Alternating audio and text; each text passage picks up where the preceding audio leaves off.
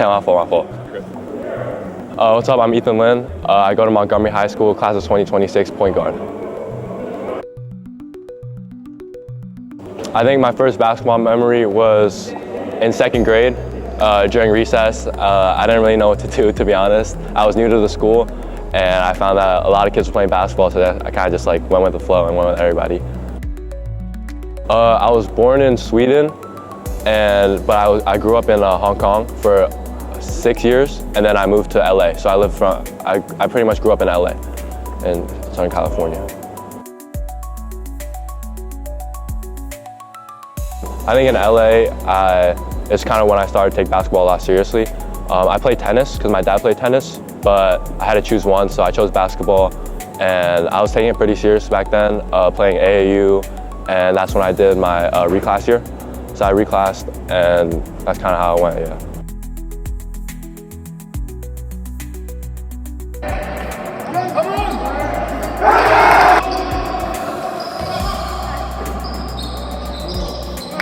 Second, 8th grade year, it was a lot, helped me focus a lot on school, but also a lot on basketball with pretty much a lot of, I got to pick and choose when to hoop, when to study, and I worked out in LA with J-Law B-Ball out in Orange County and his partner, so it was good.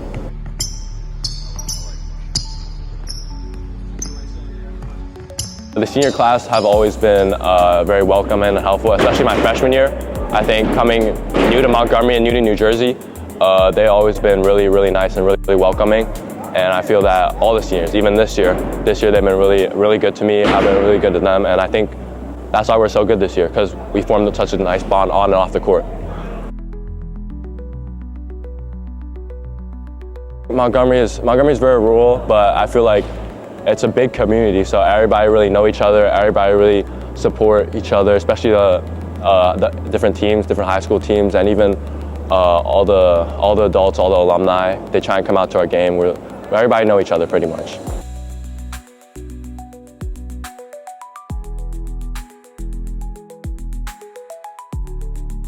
So during my sophomore year, I broke my ankle and I broke my fibula and tibula.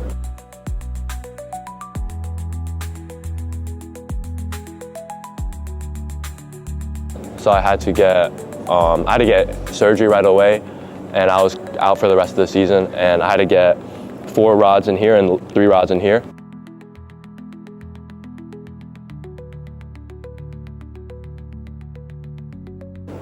And it was really rough. I think I couldn't walk, I couldn't get out of my bed for like 3 weeks, and then I started getting on crutches, a lot better.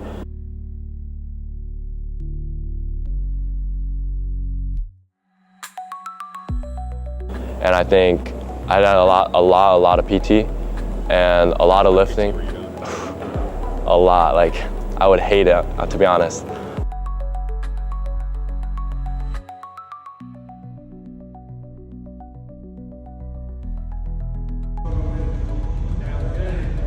Like it got to a point where we were doing like 3 times a week, 4 times a week, and then the other 2 or 3 days I'd be doing at home, and it was a lot, but it really paid off for me, I think, especially in the long run.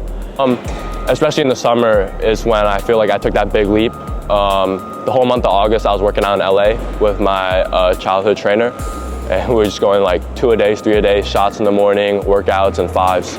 So it was really a big jump for me, yeah. I think my goal for this season is definitely just to prove to everybody that I can play. Montgomery basketball is here to stay, and we're here to look for. We're here to play at the rack. I mean, our big goal is to play at the rack, and I just want to show that I can lead my team. And yeah, pretty much, yeah. Let's see, we got your trainer here too, Chris Kavinsky. Yeah. Talk to me a little bit about y'all relationship and what y'all have been working on. Yeah. We actually met through Rio, Team Rio, through my guy Nas Perovic.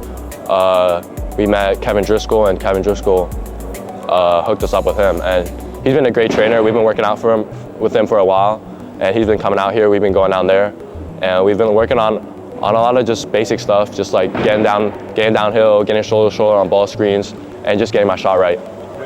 Mic check. If you don't mind, if you start with Dave.